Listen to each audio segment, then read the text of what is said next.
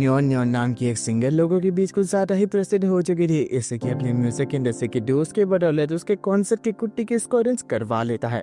लेकिन रॉन उसका गाना सुनने के बाद इसे किसी कहता है, अगर तुम मुझे अपने साथ ले जाना चाहते हो तो मुझे कोई परेशानी नहीं है। ऐसे घुमा फिरा के बात करने से बेहतर होता तुम सीधे ही कह देते। सुर्खियों में हमिंगबर्ड नाम के एक अपराधी के बारे में काफी ज्यादा चर्चा हो रही थी, क्योंकि वो हर एक फिल्म के टॉप कलाकार को अगवा कर 3 दिन में छोड़ दिया करता था, लेकिन किसी ने भी रिपोर्ट दर्ज नहीं कराई। साथ ही अगर सूत्रों की माने तो उसने एक 5 स्टार शेफ से फुल कोर्स मील बनवाया था, एक पेंटर से पेंटिंग और एक मूर्तिकार से बुद्धा की मूर्ति बनाई थी। वाकई कहूँ ना तो उसने पुलिस की नाक में दम कर रखा है। चाहे कितने ही पुलिस ऑफिसर्स तैनात कर दिए जाए, फिर भी वो अपने काम का अंजाम दे ही देता था। साथ ही अपने नेक्स्ट टारगेट को किडनैप करने से पहले वो एक फैन मेल लेकर भेजा करता है, जिसके अंदर उनकी कला की गहरी प्रशंसा के अलावा एक दिन लेकर भेजता है जिस दिन वो आकर किडनैपिंग करेगा। रॉन को ये काफी इंटरेस्टिंग केस लग रहा था, जो कि किसी भी डिटेक्टिव का दिल धड़का सकता है। एक फैंडम थी जो कि नॉर्मली पुरानी नॉवेल्स के अंदर हुआ करता था। तो सभी चीजों को छोड़ो, हम अभी के विक्टिम से बातचीत करने के लिए जा रहे हैं, लेकिन इसे की रोक कर कहता है अब एक कॉन्सर्ट अटेंड करना है। कॉन्सर्ट हॉल के बाहर काफी ज्यादा भीड़ थी, पर रॉन की नजर एक आदमी पे पड़ती है जो कि देखने में कुछ ज्यादा ही सस्पिशियस था। एक मशहूर गायिका के कॉन्सर्ट में आने के बावजूद उसका ध्यान केवल अपने दोनों फोन में कई और कलाकारों को देखने में था। साथ ही अपना चेहरा ढक रखा था और कई महंगी एक्सेसरीज पहनी हुई थी, जिस कारण रॉन उसमें दिलचस्पी दिखाते हुए कहता है, हेलो, मैं अपनी एक हॉबी के चलते तुम्हारा करियर गेस करना चाहता हूँ। उस आदमी का कहना था काफी अजीब रिक्वेस्ट है, लेकिन मुझे ऐसे लोग काफी पसंद आते हैं जो अपने जुनून को अपनाते हैं, तो फिर मैं तैयार हूँ। तुम्हारे चालाकी से चलते हाथ बिल्कुल किसी जादूगर के निशानी है, लेकिन तुम्हें अपनी महंगी चीजें खरीदने के लिए कई पैसा चाहिए, जिसका मतलब तुम्हें एक मशहूर जादूगर होना होगा। हर एक क्षेत्र के महान कलाकार के अंदर दिलचस्पी है। मेरा मानना है तुम ही हो वो टैलेंटेड हमिंगबर्ड। उसके बारे में कभी सुना है? तो फिर जरूर से तुम एक फॉलोअर हो सकते हो। ऐसे कि उससे माफी मांगकर रॉन को कॉन्सर्ट में लेकर चला जाता है, पर वह आदमी अपने आंखों से चश्मा हटाकर कहता है, वाकई इसकी आंखें काफी ज्यादा तेज है। एक अमेजिंग कॉन्सर्ट को अटेंड करने के बाद इससे की काफी ज्यादा खुशी महसूस कर रहा था, लेकिन उसका दोस्त उसे बैक स्टेज पर बुलाता है, जहां न्योन न्योन को हमिंगबर्ड की तरफ से एक लेटर मिला था, जिसके बारे में उसकी मैनेजर मित्सुबाशी बताती है, ये लेटर हमें इस गिटार के साथ मिला है जो कि इसे रूम में रखा गया था। लेकिन चिंता की बात यह थी कि हर एक ऑडियंस के एंट्रेंस के टाइम पे चेकिंग हुई थी, जिस कारण उनमें से कोई ये गिटार यहाँ पे नहीं रख सकता था। एसेकी को कोई और सुझाव नहीं आ रहा था, पर रॉन कह पड़ता है, शायद से ये गिटार पहले से ही रखा हुआ होगा। क्या ये बिल्डिंग पहले रेंट पे दी गई है? हाँ, पहले ये कंपनी के द्वारा बुक हुआ था, लेकिन अहम वक्त पर उन्होंने कैंसिल कर दिया, वो भी पूरी पेमेंट के साथ। उनकी जानकारी निकालने को तो कह देता है, लेकिन रॉन का मानना था शायद से ये एक बढ़िया मौका है उस हमिंगबर्ड को पकड़ने का। मेट्रोपॉलिटन पुलिस इसकी जिम्मेदारी लेकर अपने स्पेशल क्राइम डिवीजन के हेड नाजुमो को भेजती है, जो कि 100 पुलिस को तैनात कर देते हैं, जो आकर आसानी से नजर आ सकता था, जिसका फायदा पहले भी हमिंगबर्ड उठा चुका था। मधुमक्खी के जरिए अफरा तफरी मचाकर उसने किडनैपिंग को सक्सेसफुल बनाया, पर अब की बारी मैंने 5 मीटर की दूरी पर हर किसी को रखा है। न्योन का मेंशन वाकई आर्किटेक्चर के नजरिए में खूबसूरत था, और उसके घर में कामो नहासे से काम उठा, जो कि इसी का दोस्त है। एक्चुअली न्योन को वो काफी रिलायबल और क्यूट लगा था, जिस कारण उन्होंने उसे अपने साथ रखा है। नाजुमो को अपने रेडियो पर यामानाची प्रेफरेंशियल पुलिस के यहाँ आने की खबर मिलती है, जो कि यहाँ आकर नाजुमो से कहते हैं, हमें भी हमिंगबर्ड का लेटर मिला और बता दो ये जगह टोक्यो मेट्रोपॉलिटन पुलिस और यामानाची प्रेफरेंशियल के अंडर आती है। मेरा नाम सानो है। लेटर में लिखा गया था, चाहे कितने ही पुलिस ऑफिसर क्यों ना तैनात कर लो, मैं अपने काम को जरूर अंजाम देकर रहूंगा। वैसे तो यामानाची प्रेफरेंशियल यहाँ अकेले सुरक्षा देने में सक्षम है, पर तुम्हारी इज्जत रखते हुए मैं सुझाव देता हूँ जॉइंट इन्वेस्टिगेशन ही कर लेते हैं। ना चाहते हुए भी नाजुमो को हाँ करना पड़ता है, और वो अपने बाकी पुलिस ऑफिसर्स को कॉल करके कहता है कि हम यहाँ कोई कम पुलिस है जो दूसरों को भी एंट्री लेने दे रहे हो। सानो की नजर रॉन पे पड़ती है, जो कि एक मिठाई वाले के रूप में ही खुद को इंट्रोड्यूस करता है। सभी के घर में आने के बाद न्योन अपनी कामयाबी के बारे में थोड़ी बहुत चीजें बताती है। उसका सबसे पहला प्रसिद्ध गाना एम्पोनियस यही इस घर में बनाया गया था, जिसके बाद मैंने लोगों के सामने अपना चेहरा डेब्यू किया। उससे पहले न्योन की आवाज और चेहरा बिल्कुल लोगों के लिए अनजान था। रॉन इस मैंसन की खूबी जानने में दिलचस्पी दिखा रहा था, जिस कारण न्योन बताती है कि पहले की वो की मैंसन काफी ज्यादा ऊंची मीनार थी, लेकिन एक दिन ये आग की पकड़ में आ गया और इसकी ऊंचाई में काफी ज्यादा गिरावट हुई। दोबारा कंस्ट्रक्ट करने के बाद भी ये सिर्फ एक क्लॉक टावर जितना ही रह गया। घर को खरीदने के साथ मुझे दोबारा आग ना लग जाए इसका डर था, जिस कारण मैंने इसमें फायर अलार्म इंस्टॉल करवा लिया है। सानो इसे कमाल की प्रिपरेशन कहता है, लेकिन उनकी सुरक्षा खातिर वो सुझाव देता है क्यों ना हमारे साथ एक खुफिया जगह पे चले। लेकिन न्योन न्योन मना कर दिया है क्योंकि ये एक इकलौती जगह है जहाँ पे वो रहकर अपने म्यूजिक को लिख सकती है। सभी को वो अपने साथ क्लॉक टावर की ऊंचाई पर लेकर आती है, जो कमरा उसका कंपोजर रूम जहाँ से कई मशहूर गानों का जन्म हुआ था। काजुमा पूरे सुरक्षा की जांच करने के लिए विंडो पे से पर्दा हटाने वाला था, लेकिन न्योन न्योन चिल्लाकर कहती है मत करना, माफी चाहूंगी लेकिन मुझे ऊंचाई से डर लगता है। लेकिन सुरक्षा के खातिर जांच तो करनी थी, जिस कारण वो न्योन न्योन को 2 पल के लिए साइड में होने का कहते हैं और वो फटाफट जांच करके नीचे खड़े गार्ड्स को कहते हैं तुम लोग ध्यान रखना कोई ऊपर चढ़े ना। वैसे तो यहाँ से कोई हेलीकॉप्टर नहीं आ सकता, पर फिर भी हमें चौकन्ना रहना पड़ेगा। न्योन न्योन को अपने कंपोजर रूम में छोड़कर सभी लोग सीढ़ियों से उतर रहे थे, लेकिन बीच रास्ते पे एक दरवाजा था जिसे बंद कर मासूसिबा कहती है ये इकलौता दरवाजा है ऊपर चढ़ने के लिए। इसे बंद करने के बाद और कोई रास्ता मौजूद ही नहीं है, इसलिए घबराओ मत। लिविंग रूम में आने के बाद नाजुम अपने सिक्योरिटी के बारे में बाकी दोनों को बताता है। न्योन न्योन एक बंद कमरे में मौजूद है जिसके आसपास घेराबंदी कर रखी है और घर में हम सभी मौजूद है, जिस कारण यहाँ किडनैपिंग करना तो बिल्कुल ही आसान नहीं है, चाहे वो हमिंग बर्ड ही क्यों ना हो। देखते ही देखते एक घंटा बीत जाता है। इसेकी और सानो सीढ़ियों पे पहरा दे रहे थे, जहाँ रॉन उनके पास कुछ मिठाइयाँ लेकर आता है और वो इसेकी से कहता है मेरे पास भी खाना बनाने का कमाल का टैलेंट है, तो फिर मैं भी तो खतरे में हूँ। हमिंग बर्ड मेरे टैलेंट को रिकॉग्नाइज करके मुझे किडनैप कर सकता है। सानो का कहना था ऐसा नहीं हो सकता, तुम्हारा कहने का मतलब मैं टैलेंटलेस हूँ? अरे नहीं, तुम्हारा खाना वाकई डिलीशियस है, लेकिन हमिंग बर्ड के लिए कोई इतनी खास चीज नहीं है, उसे बस आत्मा झंझोड़ दे, ऐसे टैलेंट में दिलचस्पी है। वेल अगर ऐसा है तो मेरे पास डिडक्शन की स्किल है, पर शायद से उसकी जरूरत मुझे नहीं पड़ेगी क्योंकि मैं पहले से ही जानता हूँ इस दुनिया में सबसे बेस्ट हूँ, चाहे भले ही हमिंग बर्ड जैसा वह बिछड़ा बदमाश मुझे समझ सके या नहीं। अचानक फायर अलार्म के बजने के साथ हर कोई चौकन्ना हो जाता है, लेकिन आग तो कहीं लगी ही नहीं थी, जिस कारण रॉन और सानो तुरंत ही न्योन न्योन की सेफ्टी के लिए भागते हैं, लेकिन दरवाजा लॉक था। इसकी मित्सुबाशी से चाबी लेने के लिए लिविंग रूम में जाता है। सभी कंपोजर रूम पहुंचते हैं जहां से न्योन न्योन गायब थी। वाकई ये कमाल की हार मिली थी। सानो इसे एक्सेप्ट करता है, लेकिन पीछे से रॉन कहता है तुम ऐसा सोचते हो, ये तो बस अभी शुरुआत है, अगर वो सामने ही नहीं आता तो हमें उसे पकड़ने का मौका कैसे मिल पाता। आखिर में पक्षी को भी तो ऐसे ही पकड़ा जाता है। आखिरी में मित्सुबाशी न्योन न्योन को यहाँ ना पाकर काफी ज्यादा उदास हो जाती है और पुलिस ऑफिसर से कहती है आप तो कह रहे थे काफी ज्यादा सुरक्षा है, तो फिर क्या हुआ? खिड़की के खुले होने के कारण नाजुमा तुरंत यामानाची प्रेफरेचर के पुलिस ऑफिसर से पूछते हैं क्या तुमने यहाँ किसी को चढ़ते हुए देखा है? उनके ना कहते ही नाजुमा तुरंत घर के बाहर जाने का फैसला करता है, इस उम्मीद में शायद से वो सारा दूर नहीं गए होंगे, और वो जाने से पहले इसेकी को घर की जांच करने के लिए कहता है, जिसमें मित्सुबाशी उसकी मदद करने वाली थी। दोनों के नीचे उतरने के बाद रॉन सानो से पूछता है क्या तुम कुछ नहीं करने वाले या फिर हार मान लिया? नहीं, तुम गलत सोच रहे हो। राउंड 1 के लिए मैंने उसे विजेता डिक्लेयर कर लिया था, लेकिन दूसरे राउंड में मैं उसे पकड़ के ही रहूंगा। मेरी छोड़ो, अपनी बताओ क्या तुम उसे पकड़ लोगे?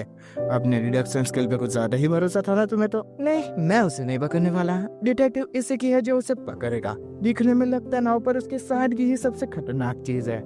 मैंसन के स्टोरेज रूम में आते ही मित्सुबाशी को काफी बड़ा झटका लगता है, क्योंकि वहां लगाए गए मोटाई वाले पर्दे गायब थे जिनका इस्तेमाल यहाँ मौजूद म्यूजिकल कंपोनेंट्स को धूप लगने से बचाने के लिए था। रॉन सवाल करता है क्या यहाँ मौजूद सभी कंपोनेंट्स का इस्तेमाल किया जाता है? मित्सुबाशी थोड़े गम के साथ बताती है मैं इसके बारे में ज्यादा नहीं जानती, मैं केवल एक मैनेजर हूँ। ऑफिसर सानो लैपटॉप को लेकर आते हैं जिसके ऊपर किडनैपिंग के पहले रिकॉर्डिंग हो रही थी। वे मित्सुबाशी से पूछते हैं कि आप इस रिकॉर्डिंग को समझा सकती है, लेकिन उसे म्यूजिक की कोई नॉलेज नहीं थी। फिर वे इसे की एक बार इंकरेज करते हुए कहता है प्लीज आप ट्राई तो करिए। वो डायरेक्टली कह रही है इसके लेवल्स काफी ज्यादा लो है। सभी हैरान थे, पर मित्सुबाशी कहती है मेरा मतलब ये कंप्लीट नहीं है, मेरे नॉलेज के हिसाब से बस मैं इतना ही बता सकती हूँ। लिविंग रूम में ऑफिसर बताते हैं जो फायर अलार्म बजा था उसे रिमोट एक्सेस किया गया था, जिस कारण मित्सुबाशी को याद आता है हाल ही में जो सर्विस चेकिंग हुई थी पिछले साल के मुकाबले ये काफी ज्यादा जल्दी हो गई थी। खैर अभी के लिए कोई और सुराग नहीं था, केवल जांच ही करी जा सकती थी। लेकिन ऑफिसर सानो सभी के सामने कहते हैं मेरे पास एक थ्योरी है, लेकिन उसमें अभी कुछ काम करना है, जिस कारण हम ऑफिसर नाजुमा के आने का इंतजार करते हैं। रॉन की थ्योरी अभी अधूरी थी, लेकिन कुछ भी फैसले पे आने से पहले वो एक बार चिकोरी से बात करना चाहता था। कॉल पर चिकोरी बता दिया किसी भी विक्टिम ने हमिंगबर्ड के खिलाफ रिपोर्ट नहीं लिखवाई, क्योंकि वे सभी काफी ज्यादा खुश थे उससे मिलकर। नाजुमा के आने के बाद ऑफिसर सानो अपनी थ्योरी को प्रस्तुत करते हैं। एक्चुअली न्योन न्योन के किडनैपिंग के पीछे यहाँ मौजूद एक इकलौते शख्स का हाथ है, मित्सुबाशी। अलार्म बजने के साथ घबराहट के मारे वो नीचे उतर रही हो, लेकिन टावर की ऊंचाई पे चढ़ने का एक ही रास्ता था। हम सभी तो आगे निकल गए, लेकिन सबसे पीछे यही आ रही थी। और अगर ध्यान दे दरवाजे के पीछे काफी जगह थी जहाँ पे छुपाया जा सके। हमारे दरवाजा खोलने के साथ वो दरवाजे के पीछे छिप गई। हम सभी के आगे बढ़ने के बाद मित्सुबाशी ने उसे पकड़ा और बेहोश करके छुपा दिया। नाज़ुमो भी अब सहमति भरते हुए कहते हैं कुछ कुछ तो मुझे भी सही लग रहा है, इसलिए आपको हमारे साथ यामानाची पुलिस आना होगा ताकि एक लंबी बातचीत के बाद कोई फैसला निकल सके। रुको सर, आज तुम्हारे नतीजे में मुझे काफी बड़ी खामी लग रही है ना डिटेक्टिव इसिकी? अब जरा तुम मेरी भी एक थ्योरी सुन लो। ये हमिंगबर्ड नहीं है। नाज़ुमो को एक ऑफिसर का कॉल आता है जो कि एक सस्पिशियस आदमी के बारे में जानते ही डायरेक्ट निकल पड़ता है उसका चेहरा देखने के लिए, क्योंकि कोई भी आशंकाएं नहीं छोड़ी जा सकती। उसके जाने के बाद सानो मित्सुबाशी से कहता है तो फिर चलिए हमें पुलिस स्टेशन चलना है। मैं मेट्रोपॉलिटन पुलिस में निर्भर रहने वालों में से नहीं हूँ और आपको मैं अपने साथ ले जाकर सभी सच को उजागर करके रहूंगा। इसीलिए उसे रोक कर कहता है मेरी अधूरी बातों खत्म करने दो। हमिंगबर्ड का शिकार वो महान गायिका न्योन है जिसने 100 मिलियन की बिक्री की थी, लेकिन वो अभी एक मैनेजर होने का दिखावा कर रही है। मिस मित्सुबाशी, मैंने सही कहा ना? आपको कब पता चला? आप जैसा कोई जिसे संगीत की नॉलेज नहीं, वो धीरे से बढ़ रहे संगीत को पहचान कर उसे लो लेवल डिक्लेयर कर देगी, ये कोई नौसिखी का काम नहीं हो सकता। न्योन जैसे ऊंचाई से डर लगता है तो फिर वो आखिर टावर की ऊंचाई पे सबसे पहले क्यों चढ़ेगी? साथ ही विंडो के खोले जाने पे आप इकलौती डर रही थी, लेकिन झूठे न्योन ने आपको कवर कर लिया। इसी के कहे के शब्दों के खिलाफ मित्सुबाशी का कुछ न कहना इससे सच्चाई डिक्लेयर कर रहा था और सानू पूछता है तो फिर वो लड़की कौन है? मित्सुबाशी सच्चाई बता रही है, अपना चेहरा रिवील करने से बेहतर मुझे रिटायर होना ज्यादा पसंद था। शायद से कोई और बहाना भी काम कर जाता, लेकिन मेरे मन में यह इच्छा कब से बसी हुई थी। शुरू में म्यूजिक मेरी आत्मा थी, लेकिन धीरे धीरे कर काम का बोझ और लोगों की अपेक्षाएं बढ़ने के साथ मुझे काफी ज्यादा घुटन महसूस हो रही थी और मैं सबसे आजाद होना चाहती थी। अपने शुरुआती रूम में जाने की इच्छा ताकि मैं सब कुछ आसानी से जी सकूं। बस रिटायरमेंट ही एक जरिया था, लेकिन मेरी एजेंसी को यह मंजूर नहीं था और उन्होंने मुझे एक लड़के से इंट्रोड्यूस करवाया जो आगे जाकर मेरा चेहरा बनी। सच्चाई को सुनने के बाद सानो मित्सुबाशी से माफी मांगकर उस अनजान शख्स से ही पूछताछ करने जाने वाला था, लेकिन रॉन उसे रोककर कहता है हमें भी साथ ले चलो। वैसे भी डिटेक्टिव इसिकी न्योन को अगवा करने पीछे की पूरी तरकीब लोगों के सामने प्रस्तुत करने वाला है। गाड़ी पे सवार होने के बाद सानो उसकी थ्योरी सुनना चाहता था, लेकिन उसका पीछे ध्यान होने के कारण कहीं एक्सीडेंट ना हो जाए, इस डर से रॉन ही पूरी थ्योरी एक्सप्लेन करने वाला है। अब जबकि कई सारी चीजें हमारे सामने आ चुकी है तो फिर पूरी घटना को एक दूसरे नजरिए से देखा जाए। मेंशन में आग तो नहीं लगी थी, लेकिन वो फायर अलार्म नकली न्योन के लिए बिल्कुल सच्ची घटना थी। सीढ़ियों पे ताला लगा होने के कारण धीरे धीरे कर उनके ऊपर चिंता और डर हावी हो चुकी थी और वो चाहकर भी अपनी जान नहीं बचा सकती थी। बिना किसी की मदद के उम्मीद के साथ उन्होंने खिड़की के बाहर देखा, जहाँ नीचे खड़े यामानाची पुलिस ऑफिसर्स ने हाथों में एक मोटा सा पर्दा पकड़ रखा था। हर कोई चिंता के मारे उन्हें कूदने के लिए कह रहा था। अपनी जान बचाने का इकलौता रास्ता समझकर वो अपनी मर्जी से कूदी।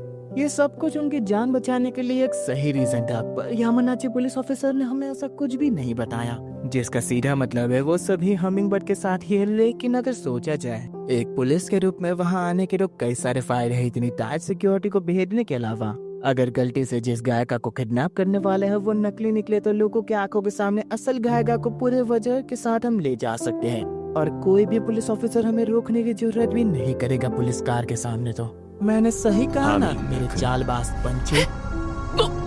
गाड़ी को रोक कर सानो डिटेक्टिव वैसे कि तुम तो वाकई लाजवाब निकले। चिंता मत करो, उस लड़की को मैंने एक भी ठेस नहीं पहुंचाई है। और रही बात मेरे इन सब किडनैपिंग को करने पीछे की वजह बस एक है, मेरे दिल का सुकून जो मुझे उनसे मिल पाता है।